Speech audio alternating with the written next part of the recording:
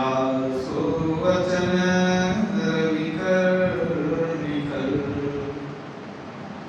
गुरु बिनु ज्ञान न उपजे, गुरु बिनु मिले न भेद, गुरु बिनु संशय न मिटे। जय जय जय गुरुदेव। बोलिए प्रेम से श्री सद्गुरु महाराज की जय।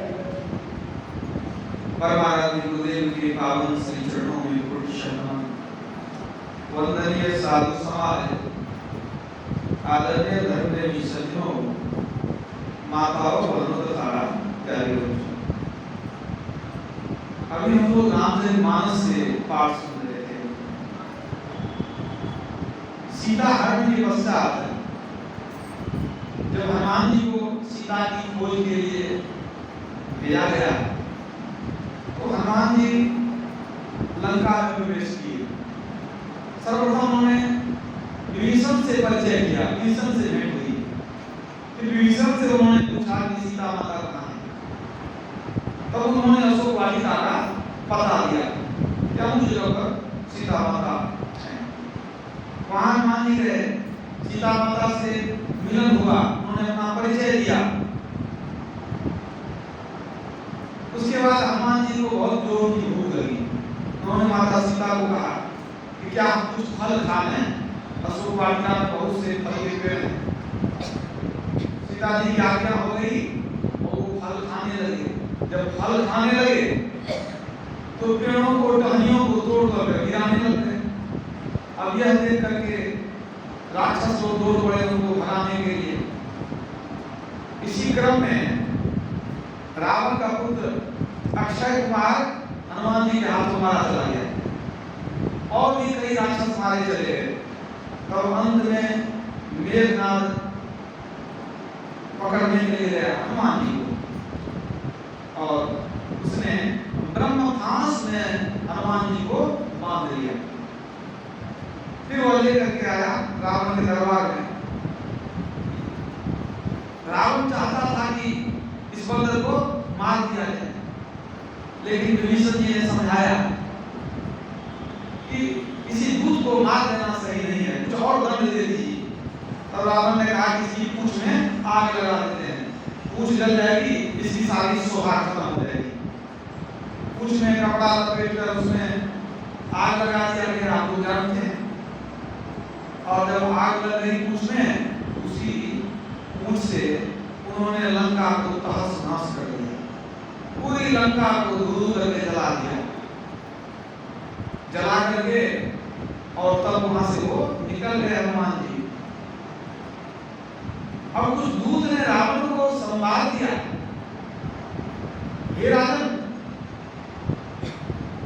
लंका को तहस नहस कर दिया, हनुमान जला दिया, लेकिन आश्चर्य की बात, सोने का महल तो जल गया, लेकिन विभीषण की घास फूस की झोपड़ी नहीं जली। लगता है कि आपका भाई दुश्मन से मिला हुआ है। आखिर जब सोने का महल जल सकता है तो ये झोपड़ी क्यों नहीं जली? कहीं सिगली भगत तो नहीं है? तो रावण तुरंत बुलाया विभीषण को कि कुछ आखिर क्या बात है। रावण ने पूछा कि आखिर ये बताओ, उसको तुमसे क्या दोस्ती थी, सब कुछ जला दिया, तेरा झोपड़ी छोड़ दिया। विभीषण सोच में पड़ गए कि अब क्या बता लें, लेकिन उन्होंने युक्ति सोची। उन्होंने कहा कि हमारी झोपड़ी जो नहीं जली है, भैया हमारी झोपड़ी जो नहीं जली है, यह सब आपका ही प्रताप है और मंदोदरी भाभी का प्रताप। आपके और भाभी के कारण हमारी झोपड़ी जली है, जो जलने से बच गई है। रावण को आश्चर्य लगा कि मैंने क्या किया, मेरे कारण से झोपड़ी बच गई तुम्हारी। तब विभीषण जी ने कहा कि देखिए, आपके नाम का पहला अक्षर राम लिख रखे हैं अपने झोपड़ी पर, और भाभी मंदोदरी है ना, उनके नाम का पहला अक्षर उन्होंने लिख रखे हैं। तो आपके नाम का पहला अक्षर राम और भाभी का पहला अक्षर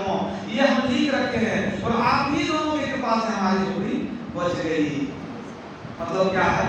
हनुमान जी ने देखा कि झोपड़ी में राम लिखा हुआ है, जहाँ राम का भक्त है वो दूसरे राम के भक्त को रक्षा करेगा कि जलाएगा? उसकी झोपड़ी जलाएगा। तो रावण को अहंकारी था, उसको लगा कि भाई हमारी पढ़ाई हो रही है, उसने विभीषण को क्षमा कर दिया, तो ठीक है केवल मत। तो यही समझा। लेकिन यहाँ बात दूसरी थी, राम राम लिख रखा था, इसलिए झोपड़ी बच गई।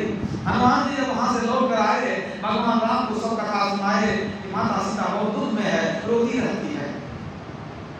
तो भगवान राम ने सैनिक तैयार किया, सेना सजा करके, नर और मानवों की सेना सभी लेकर के चले गए, समुद्र के किनारे पहुंच गए। अब समुद्र पार करेंगे तब तो लड़ जाएंगे, अब तो पता चल गया सीता कहाँ। समुद्र के किनारे जब सभी सैनिक जमा हो गए, ये सूचना मिली रावण को। रावण ने तुरंत अपने मंत्रियों को बुलाया और कहा कि हमको क्या करना चाहिए? दुश्मन की सेना समुद्र के उस पार में किनारे पर आकर के खड़ी है। मंत्री लोगों ने सलाह दिया, मंत्री लोगों ने कहा कि महाराज क्या चिंता करते हैं? आपने तो दानवों को और देवताओं को जीत लिया है। देवता दानव कोई आपसे बढ़कर नहीं है, आपने सबको जीत लिया है। फिर इस बंदर और मानव की क्या गिनती है? ये क्या बिगाड़ है? अब भगवान शिव कहते हैं, भगवान शिव का उपदेश है इसी परिदृश्य में, सचिव वैद गुरु तीन जौ प्रिय बोलहि भय आस, राज धर्म तन तीन करी कोई ही बेगरी नाश। भगवान शिव कहते हैं सचिव मंत्री, वैद वैद बुझते हैं डॉक्टर, और गुरु, ये तीन अगर भय से या लोभ से आपके मन के अनुकूल बात थे और सही बात नहीं बता रहे, तो तीन चीज का नाश निश्चित है। राज धर्म और तन, तीनों का नाश हो जाएगा।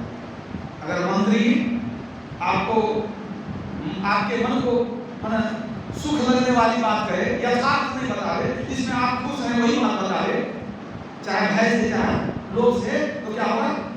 राज आपका नष्ट हो जाएगा। यदि वैद्य है, रोगी के मन के अनुकूल बात बता दे, कहते हैं जो रोगी मन भागे सो बैरा फरमावे, तब क्या होगा? उसका शरीर तो नाश होना है, स्वास्थ्य पर चौपट होना है।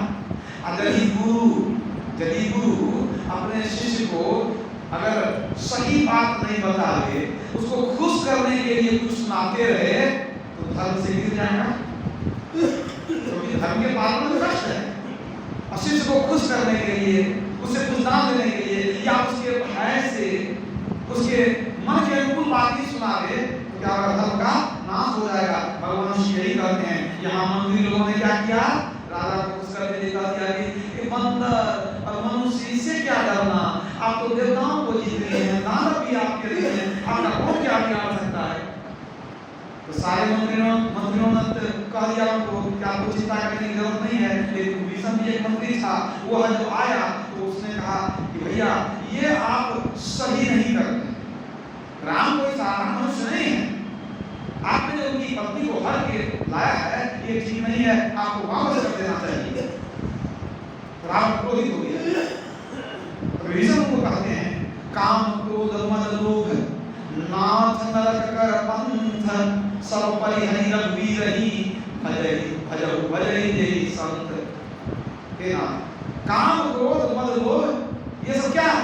नरक का रास्ता है, नाथ नरक का पंथ, सब परिहरि, इन विकारों को छोड़ करके रघुवीर ही भजहु भजहि जेहि संत। संत लोग इस नाम का भजन करते हैं, आप भी उनका भजन कीजिए।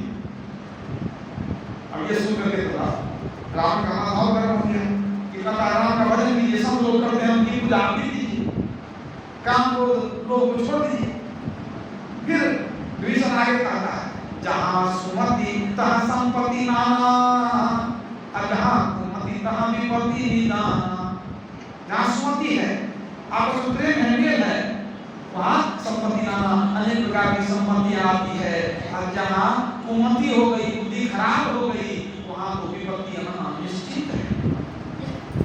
इस बात सुन करके रावण बड़ा क्रोधित हो गया और कहने लगा कि तुम हमको उपदेश सुनाता है, खाता है मेरा, दूध आता है मेरे दुश्मन का। जाओ ये सब ज्ञान उसी दुश्मन को देना, जिसकी तू पढ़ाई कर रहा है, ये सब ज्ञान जाओ उसी को देना।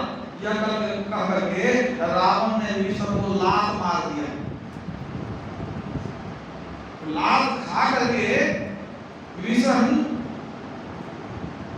कहने लग गए कि देखिए अब मैं जाता हूँ, आपने कहा ना उसी राम को उपदेश देना, मैं उसी राम के शरण में जाता हूँ, उसी के पास जाता हूँ। बाद में आप लोग हमको दोष नहीं देना, क्योंकि आप भी कहते हैं चले जाओ, आपने हमको प्रताड़ित किया, मारा है, हमको आपने बेइज्जत किया, मैं जा रहा हूँ उसी राम के पास। आकाश मार्ग से विभीषण चल दिए राम से मिलने के लिए। भगवान शिव कहते हैं अस कहीं चला विभीषण जबहि आयुहीन भय सब तबहि। इतना कह करके विभीषण चला गया, तभी लंका के सभी लोग आयुहीन हो गए, मतलब सबकी मृत्यु निश्चित हो गई, सबका मरना तय हो गया। विभीषण वहां से चले गए। जब गए राम के क्या नजदीक गए, देखा सुग्रीव, पहचान गए राम का भाई है, तो दौड़ करके आया राम के पास, प्रभु राम का भाई आया है। कहा क्या आया है, क्या लड़ने के लिए आया है? कहा नहीं, सेना बड़ा नहीं है, कोई अस्त्र शस्त्र तो नहीं है, लेकिन है तो दुश्मन का भाई, आया होगा भेज देने के लिए, चाहते हैं उसको रस्सी से नहीं बांध करके रखेंगे। भगवान राम ने कहा तो बांध कर रखने की क्या जरूरत है, वो तो शरणागत है, शरण में आने वाले के प्रति दया भाव रखनी चाहिए, सहानुभूति रखनी चाहिए, उसको बांधने की जरूरत नहीं है, आने दो। विभीषण आ गया भगवान राम के शरण में और हाथ जोड़ के कहता है, हे शरणागत के रक्षक, त्राहि मां, मेरी रक्षा करो। भगवान राम को बिठाए आदर से पूछते हैं, कहते हैं भगवान राम, कहु लंकेश सहित परिवारा, अकुशल कुठार वास तुम्हारा, खल मंडली बसहु दिन राती, सखा धर्म निभै के ही भांति। भगवान राम क्या कहते हैं, कहु लंकेश सहित परिवारा, अकुशल कुठार वास तुम्हारा। हे लंकेश, हे विभीषण, आपका वास जो है दुष्टों के बीच में, आप कहाँ रहते हैं, अधर्मी के बीच में, दुष्टों के बीच में आप वास करते हैं। अपना कुशल कहिए, परिवार का कुशल कहिए। अखल मंडली बसहु दिन राती, तो सखा धर्म निभै के भांति। आप तो राष्ट्रों के बीच में रहते हैं, तो धर्म कर्म का निर्वाह कैसे करते हैं, दुष्ट के बीच में धर्म कर्म कैसे करते हैं आप, सबको बताइए। जब भगवान राम ने कह दिया कहु लंकेश सहित परिवारा, संबोधन कर दिया, हे लंकेश अपना समाचार कहिए, परिवार का समाचार कहिए। ये सुन करके लक्ष्मण जी को बड़ा बुरा लगा, तो भगवान राम को पीछे बुलाए, वहां से अलग में बुलाए, कहते हैं हे प्रभु आप उनको लंकेश कहिए, अगर आपको पता नहीं है तो लात खा के आया है, लंकेश है, पहले मंत्री था, लंकेश बना लंका का राजा, आप राजा का भी संबोधित करते हैं, और कहाँ मार खा के आया, पहले मंत्री था, वो भी नहीं है, घर से निकला मगर है, आप कहिए लंकेश, ये कैसे कहिए, क्यों कह दिया? भगवान राम ने कहा देखो भाई को छोड़ के आया है, मेरे शरण में आया है, तो शरणागत की रक्षा करनी ना होगी। अब जो शरण में आया है, अब सुराया कह दिए हैं, लंकेश कह दिए हैं, तो चिंता की बात नहीं है। अब तो राम को सीता को लौटाया नहीं, तो हम क्या करेंगे? अरे हम तो रावण को मारेंगे, रावण को मार के परलोक पहुंचा देंगे, और विभीषण को लंका का राजा बना देंगे।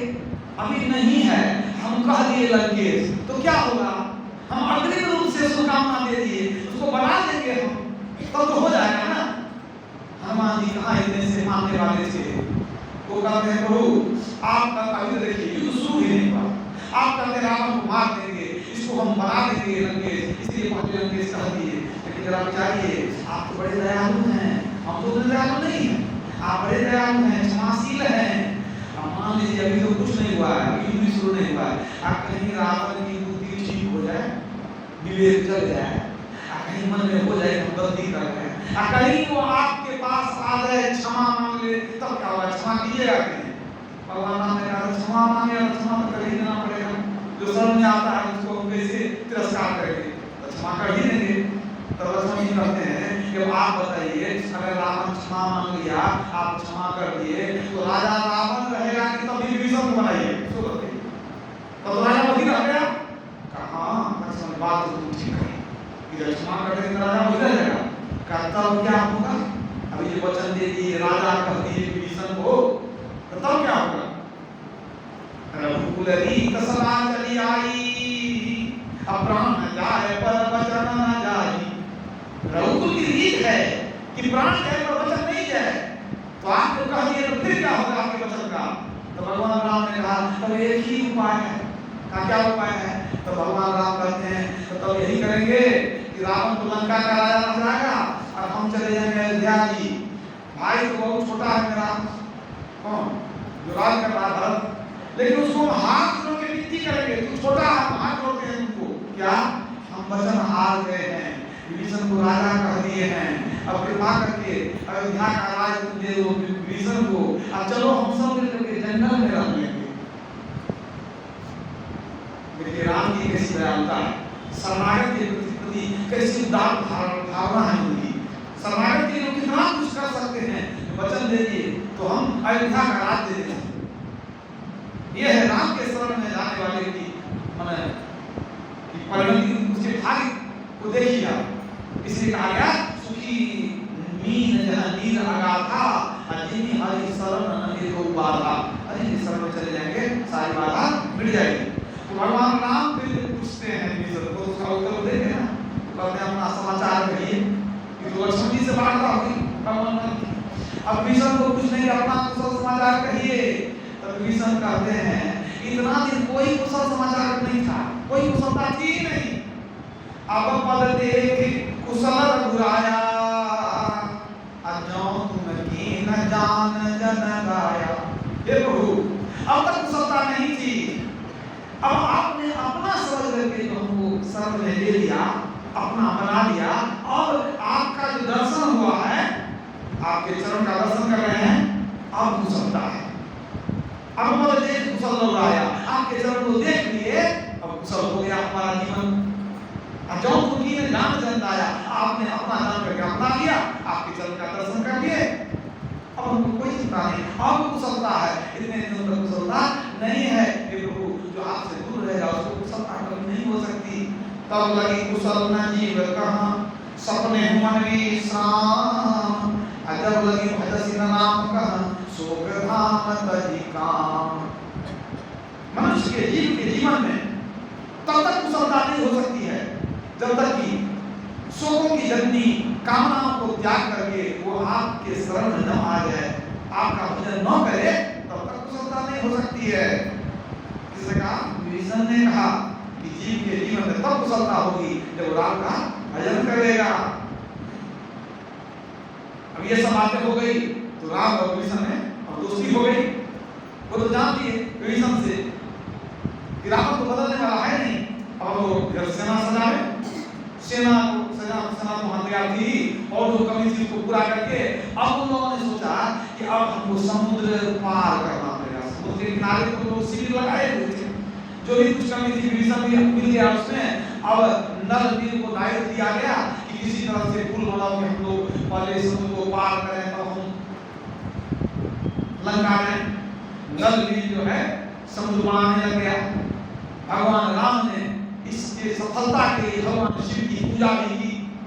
तब जाकर के जब समुद्र पर पुल बन गया, तब सारे सैनिक, बंदर और मनुष्य जितने थे सब मिल करके समुद्र को पार करके सुमेर पर्वत के किनारे जाकर के फिर वहां पर अपना शिविर बना लिया।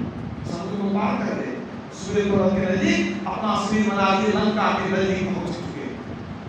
अब ये समाचार जब रावण को मिला तो फिर रावण सबको बुलाए, मंत्री लोगों कि देखिए सारे दुश्मन अब समुद्र को पार करके अब नजदीक में आए हैं, सुमेर पर्वत के नजदीक बैठे हुए सब। अब क्या करना चाहिए हमको?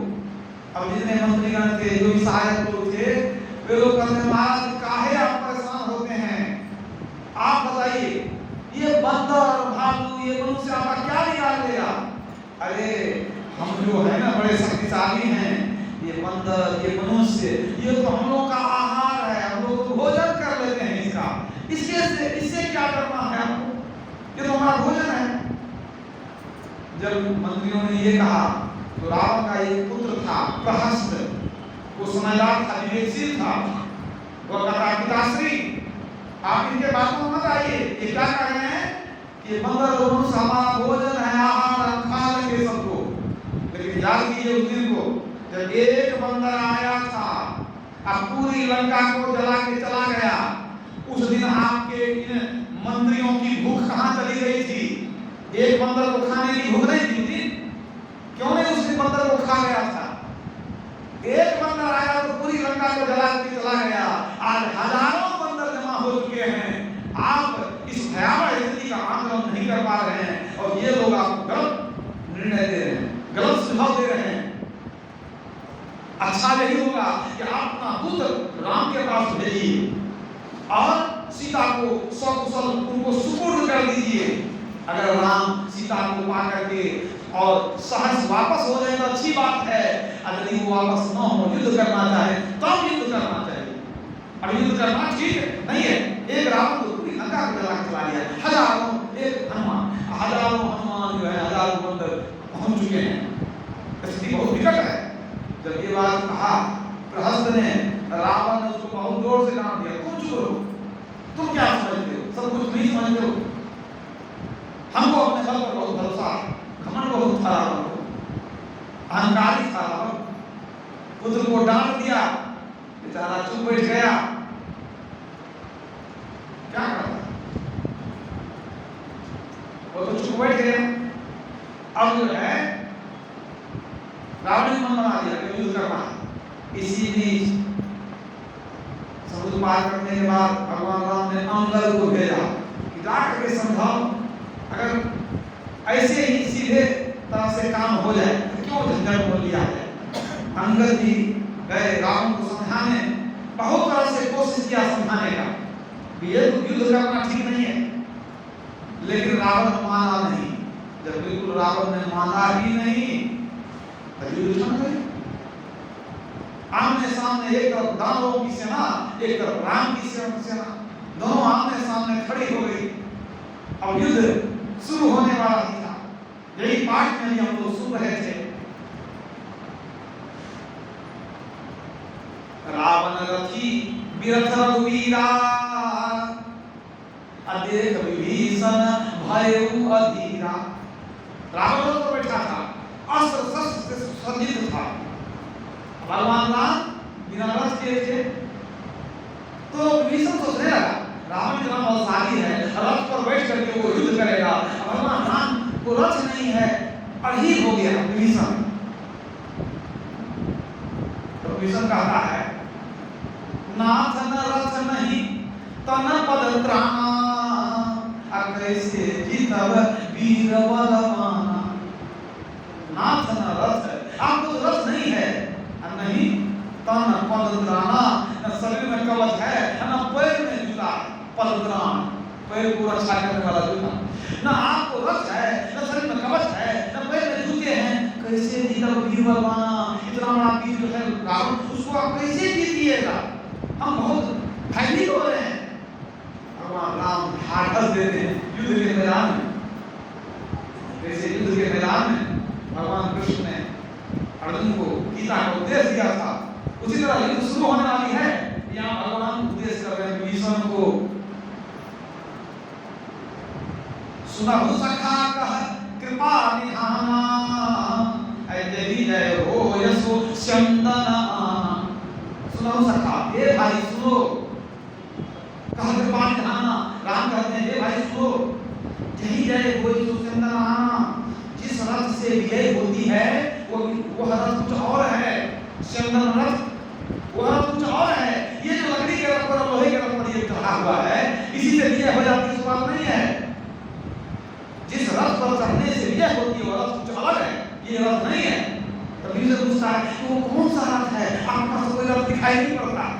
भगवान राम ने संकेत किया वो रथ देखने वाला नहीं है, वो दृष्टि के तो गोचर नहीं होता है, लेकिन हमारे पास भी रथ है, तुम जानते हो कौन सा रथ है। विभीषण आश्चर्य पड़ गया, भगवान के पास कौन रथ है। तो भगवान कहते हैं हमारे पास रथ है, सौरज धीरज यही ध्वजा पताका। हमारा जो रथ है उसमें दो पहिए हैं। कौन सा पहिया है? सौरज धीरज यही रथ चाका। सौरज वीरता बहादुरी, धीरज धैर्य। हमारे रथ का ये दो चक्का, सौरज वीरता और धैर्य। जो वीर होता है वो डरता नहीं है, वो अपना जीवन उत्सर्ग करने के तैयार रहता है, वो दुश्मनों के दांत को खट्टे करने के लिए तैयार रहता है। सरफरोशी की तमन्ना आज हमारे दिल में है, अब देखना है जोर कितना आवाज में कातिल है। हम अपनी जिंदगी लगा देंगे, हम भी देख लेंगे दुश्मन में कितनी ताकत है। ये है वीरता, हिम्मत। भगवान राम क्या कहते हैं? हमारे रथ का एक चक्का है वीरता, हिम्मत, और दूसरा क्या है? धैर्य। धैर्य किसी भी काम में समय लगता है, हिम्मत को बना के रखना धैर्य कहलाता है। तुरंत हिम्मत टूटे तो धैर्य खो दिए। कविता कहते हैं कबीर धीरज के धरे हाथी मन भर खाए, और टूक एक के कारण स्वान घरे घर जाए। हाथी का कितना बड़ा पेट है, और धैर्य है उसका पेट भर जाता है। और कुत्ता का छोटा पेट है और फिर भी वो घर घर घूमते फिरता का पेट नहीं भरता, यहाँ मामू मार के कोई कहते धैर्य रखना चाहिए। भगवान राम क्या कहते हैं? हमारा रथ है उसमें दो चक्का है, एक बहादुरी है वीरता, दूसरा क्या है? धैर्य। और ध्वज और पताका भी होता है, तो सत्यशील दृढ़ ध्वजा पताका। हमारे रथ में जो ध्वजा है वो है सत्य का, और पताका है वह शील का। माने हम सत्य का आचरण करते हैं, यही हमारे रथ का ध्वजा है। हमेशा सत्य पर हम आरूढ़ रहते हैं। भारत का सत्यमेव जयते नान्यतम, सत्य की ही विजय होती है, असत्य की विजय नहीं होती है। इसलिए सत्य बोलना चाहिए। नास्ति सत्यात् परतो धर्मः, सत्य से बढ़कर के धर्म है ही नहीं। धर्म दोषर सत्य समाना, आगम निगम पुराण बखाना। सत्य के समान कोई धर्म है ही नहीं। वही भगवान ध्यान करते हैं कि हमारा ध्वज क्या है? सत्य। मैं सत्य का आचरण करता हूँ, सत्य को कभी नहीं छोड़ता हूँ, ये हमारा ध्वज है। और पताका क्या है? शील। शील माने सदाचार। सदाचार माने पंच पापों को त्याग देना। व्यभिचार, चोरी, नशा, हिंसा, झूठ, जो पांच पाप को त्याग देते हैं वो सदाचारी कहलाते हैं। यही शील कहलाता है। धनवान परिजन सुख अपार, सदाचार बिन सर्वदेह का है। जो सदाचार का पालन करता है वही पवित्र आत्मा है, वही क्या है? उसी को सज्जन कहा भगवान, वही सज्जन होते हैं। पंच पाप को त्याग देंगे लाभ क्या होगा? भगवान बुद्ध ने कहा कि जो पंचशील का पालन करते हैं, पांच पापों को त्याग देते हैं, उनको पांच चीजों की प्राप्ति होती है। उसके धन का अपव्यय नहीं होता, संसार में उसका यश फैलता है, सभा में उनकी वाणी का असर पड़ता है, मरते समय उसको कष्ट नहीं होता है, मर करके वह सुखमय स्थान में जाता है। जो सदाचारी है, शीलवान है, उनको पांच चीज मिलता। फिर भगवान बुद्ध ने कहा जो पांच पाप को करते हैं अर्थात सदाचार पालन नहीं करते हैं, उनको भी पांच चीजों की प्राप्ति होती है।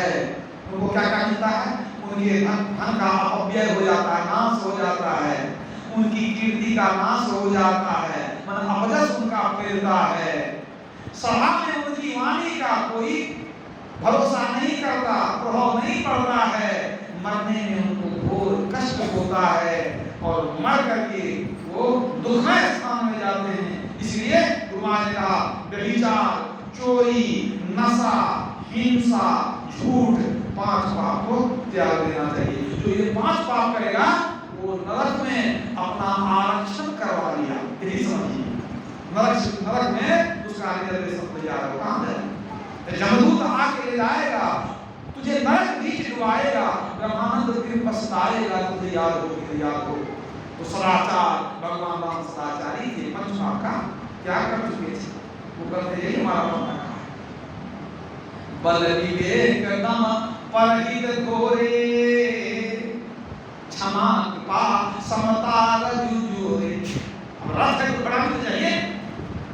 बल विवेक दम, बल शक्ति विवेक, सार उचित अनुचित का ज्ञान, इसी को विवेक कहते हैं। क्या करें क्या नहीं करें,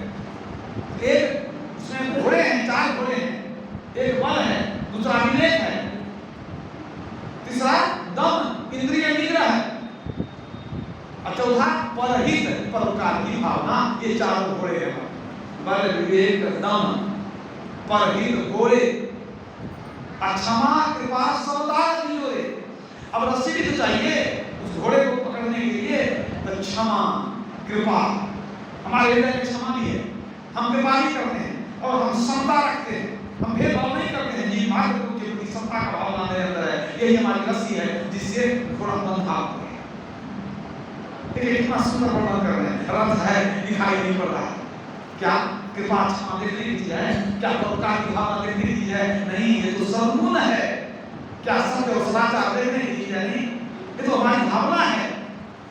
फिर आगे और भी कुछ बताते हैं, आगे कहते हैं ईश भजन सारथी सुनाना, अविरति चरण संतोष कृपाना। हमारे रथ का सारथी कौन है? ईश भजन, एक ईश्वर की भक्ति ही हमारा सारथी है, भक्ति भजन ही हमारा सारथी है। ईश भजन सारथी सुनाना, अविरति चरण संतोष कृपाना। विरति चरण वैराग्य ही हमारा ढाल है, हमारे हाथ में ढाल है, वो वैराग्य रूपी ढाल है, और संतोष कृपाना, संतोष रूपी तलवार मेरे हाथ में। और आगे क्या कहते हैं? अचल अमल मन तृण समाना, असमझम नियम श्री मुख नाना। अमल अचल मन तृण समाना, हमारा मन कैसा है? अमल, निर्मल, पवित्र, अचल मन अस्थिर। मन में यही दो गुण होना चाहिए। जिसके मन में ये दो गुण हो गया वो तो साक्षात ब्रह्म ही है। कौन? अमल अचल। मन पवित्र हो गया, मन अस्थिर हो गया। समझिए, ये दो होने से क्या होगा? तुरंत आत्मा चढ़ाई हो जाएगी, तुरंत ईश्वर दर्शन हो जाएगा। मन अमल होना चाहिए, मन पवित्र होना चाहिए, निर्मल होना चाहिए। फल क्या होगा? भगवान नाम कहते हैं, निर्मल मन जन सो मोहि पावा, मोहि कपट छल छिद्र न भावा। जिसका मन निर्मल हो गया वो प्रभु राम को परमात्मा को पा लेगा। अमल अचल, मन हमारा अचल हो गया, स्थिर है, भागता नहीं है, चंचल नहीं है। तब अचल अमल मन तृण समाना, हमारा मन ही तरकस है। तृण मन तरकस, हमारा जो पवित्र मन है, अस्थिर मन है, वही तरकस है। और समझम नियम श्री मुख नाना, इस तरकस में बहुत सारे तीर हैं। वो कौन कौन तीर हैं? सम, समन मनोनिग्रह। मनोनिग्रह कैसे होता है? नारायण संधान के द्वारा। देखिए भगवान आप क्या करते हैं? शम, अजम नियम, यम नियम, यम नियम, शम, ये सब हमारा तीर है। तो सम तो समझ लें, मनोनिग्रह और यम, सत्य अहिंसा अस्ते और परिग्रह और ब्रह्मचर्य, इन पांचों को यम कहते हैं। पतंजलि के अष्टांग योग को पढ़िए, यम नियम आसन प्राणायाम मंत्र प्रत्याहार धारणा ध्यान और समाधि। महर्षि पतंजलि ने अष्टांग योग का वर्णन किया है, उसी में यम नियम का वर्णन है। तो यम तो हो गया सत्य अहिंसा अस्तेय अपरिग्रह और ब्रह्मचर्य, और नियम शौच संतोष तप स्वाध्याय ईश्वर प्रणिधान। इसकी व्याख्या में जाएंगे बहुत आगे करेंगे। यम नियम को समझिए, तो भगवान राम क्या कहते हैं? तो हमारे पास तरकस तो है, अचल अमल मन, अचल और अमल मन जो है तरकस है। अब तीर क्या है? यम नियम और शम की साधना, ये हमारा तीर है। और हमारे पास कवच भी है। क्या है? कवच अभेद्य विप्र गुरु पूजा, यही समय भी है उपाय न पूजा। हमारे पास कवच भी है, विप्र और गुरु की पूजा, ब्राह्मण और गुरु की मैं पूजा करता हूँ, यही हमारा अभेद्य कवच है। और इसके समान विजय प्राप्त करने के लिए दुनिया में दूसरा कोई उपाय नहीं है। जाके सिर पर हाथ गुरु के बाल न माका होई, और जो जग वैर करे बहुतेरा, जो जग वैर करे बहुतेरा, तासो हां न होई। कवि साहब ने कहा, तो जब गुरु की पूजा कोई करता है, अब ब्राह्मणों की पूजा करता है, तो कवच बना हुआ है। आपने ब्राह्मणों ने क्या, जो जन्मजात ब्राह्मण है उनकी पूजा करने से हमको लाभ होगा। जन्मजात ब्राह्मण जो है ना, पहले कर्म से ब्राह्मण होते थे, जन्मजात ब्राह्मण नहीं होते थे। पहले जमाने में जब ये ब्राह्मण क्षत्रिय वैश्य और शूद्र का प्रावधान हुआ, वर्गीकरण हुआ तो कर्म से होता था। एक ही परिवार में एक व्यक्ति जो ब्रह्म से प्रेम करते थे, जो वेद शास्त्र से प्रेम करते थे, अध्यात्म के नाम पर चलते थे, वो ब्राह्मण होते थे। जो युद्ध में चले गए उनको क्षत्रिय कहते थे। इस तरह से एक ही परिवार में चारों होते थे पहले। बाद में धीरे धीरे जन्मजात कर दिया गया ब्राह्मण का बेटा ब्राह्मण। तो ब्राह्मण कौन है? चंद्रदास महाराज ने कहा ब्राह्मण कौन है तो समझो, ब्राह्मण सोई जो ब्रह्म पिछाड़े, जिसने ब्रह्म को पहचान लिया वो ब्राह्मण है। ब्राह्मण सोई जो ब्रह्म पिछाड़े, बाहर जाता भीतर आने। हमारा मन बाहर भाग रहा है, समेटना पड़ेगा। बाहर जाता भीतर आने, पांचों वश करी असत्य न भाग है। पांचों इंद्रियों को वश करता, असत्य न भाग है। दया देऊ हृदय राख है। आत्म विद्या पढ़े पढ़ावे, परमात्मा का ध्यान लगावे। काम क्रोध मद लोभ न होई, चरण दास कहे ब्राह्मण सोई। जो सच्चे संत हुए ही ब्राह्मण है। अगर इस कसौटी पर आप कसेंगे, एकदम संत पूरी कसौटी पर उतर जाएंगे। जो सच्चे संत है ब्रह्म को जान दिए ब्राह्मण, तो वही कहते भगवान राम की कवच अभेद्य विप्र गुरु पूजा। ब्राह्मण और गुरु की जो पूजा करते हैं, सम्मान करते हैं, ये हमारा कवच है। और इसके समान संसार में कोई भी दूसरा विजय का उपाय नहीं है। भगवान राम कहते हैं विभीषण को, क्यों घबराते हो भाई? ये जो धर्म रूपी रथ मेरे पास है ना, इसको जीतने के लिए संसार में कोई पैदा ही नहीं होगा। संसार में कोई इस धर्म के रथ पर चढ़े हुए वीर को जीत नहीं सकता है। महाअजय संसार को जीत सके सो वीर। कहते हैं ये संसार जो है ना अजय है, लेकिन जो इस रथ पर बैठा हुआ है इस संसार की शत्रु को भी जीत लेगा। जो इस रथ पर बैठा है उसको कोई जीत नहीं सकता, लेकिन इस रथ पर जो बैठा है वो संसार की शत्रु को अवश्य जीत लेगा। तो जब भगवान राम ने उनको आश्वासन दिया कि मैं धर्म के रथ पर आलू हूं और हमको कोई हरा नहीं सकता है, तब विभीषण का शोक दूर हो गया। और इतिहास गवाह है इस युद्ध में विजय राम की हुई। वही मनुष्य और बंदरों की सेना ने इतने बड़े बड़े मायावी राक्षसों को भी हरा दिया। सबको मार करके सीता को सकुशल लेकर के आ गए। इस प्रसंग से क्या पता चलता है उसको समझिए। इस प्रसंग से क्या पता चलता है? भगवान राम ने क्या कहा कि जो इस रथ पर आरूढ़ है उसको संसार की शत्रु को जीत लेगा, संसार को जीत लेगा।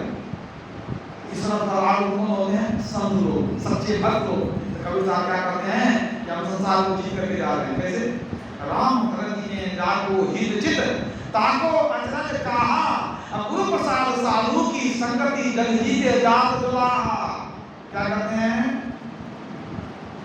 हमने साधु की संगति की, गुरु की कृपा मिली, राम की भक्ति में लीन हो गए, अब हम संसार को जीत करके जा रहे हैं। कहां जा रहे हैं? परमात्मा के पास।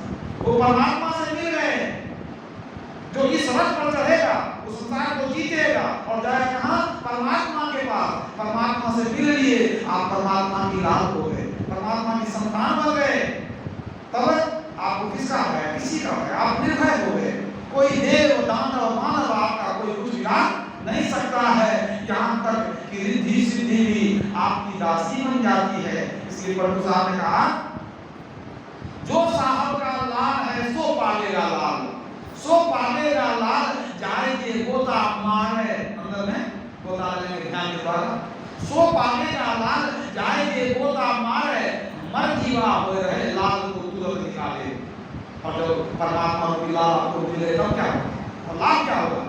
निस्दिन मारे मौज, मिली जब वस्तु अपानी, रिद्धि सिद्धि और मुक्ति भरत है दिन भर पानी। वे साहन के साथ आस उनको नहीं दूजा, ब्रह्मा विष्णु महेश करत है तिनकी पूजा। पलटू गुरु की भक्ति ना भेष भया कंगाल, जो साहब का लाल है सो पावेगा लाल। ईश्वर मिल गए, अब हमको रिद्धि सिद्धि तो हमारी दासी हो गई। ये ब्रह्मा विष्णु महेश हमारी पूजा करेंगे। ये कोई बड़ा भाग नहीं कहा गया है। जब ईश्वर मिल जाते हैं तो व्यक्ति संत हो जाता है। असंत की सेवा देवता लोग करते ही हैं। देखिए भगवान राम सेवा करते थे, कृष्ण सेवा करते थे, भगवान शिव को गाते थे, लक्ष्मी है संतन की दासी, रज चाहत कैलाश के वासी। इस प्रसंग से क्या पता चलता है कि जो मनुष्य धर्म पर आरूढ़ हो जाएगा, संसार में उसको कोई जीत नहीं सकता, लेकिन वो संसार को जीत करके और संसार से आनंद से चला जाएगा, मतलब जाकर के अमर हो जाएगा, फिर कभी लौट करके संसार में नहीं आना पड़ेगा। तो लोगों को क्या करना चाहिए? धर्म रथ पर कैसे चढ़ेंगे? क्या क्या करना पड़ेगा हम लोगों को? सौरभ धीरज धीरज जाका, हमारे अंदर वीरता भी हो, धैर्य भी हो, सत्य भी हो, सदाचार हो, बल विवेक भी होना चाहिए, दम और शम की साधना होना चाहिए, क्षमा और कृपा की भावना भी होनी चाहिए, एक ईश्वर की भक्ति होना चाहिए, वैराग्य होना चाहिए, संतोष होना चाहिए, यम और नियम का पालन करना चाहिए, दम के साथ शम की साधना करनी चाहिए और अंत में संत और सद्गुरु की पूजा करनी चाहिए। इतना कर लेंगे संसार से हम जाएंगे, हंसते हुए जाएंगे, रोना नहीं पड़ेगा, संसार से हंसते हुए जाएंगे। कबीरा जब हम पैदा हुए, जब हंसे हम रोए, ऐसी करनी कर चलो, हम हंसे जब रोए, जब शरीर छोड़ेंगे हम हंसते हुए जाएंगे। तो वो कौन सा कर्म है जो कबीर साहब ने कहा कि कुछ ऐसा कर लो, हंसते हुए जाओ? यही कर्म है कि धर्म का पालन करेंगे तो हम इस संसार से हंसते हुए जाएंगे। इसलिए सबको चाहिए कि धर्म का पालन करें और गुरु से ज्ञान लेकर के तब जब और ध्यान करें, बोलिए प्रेम से श्री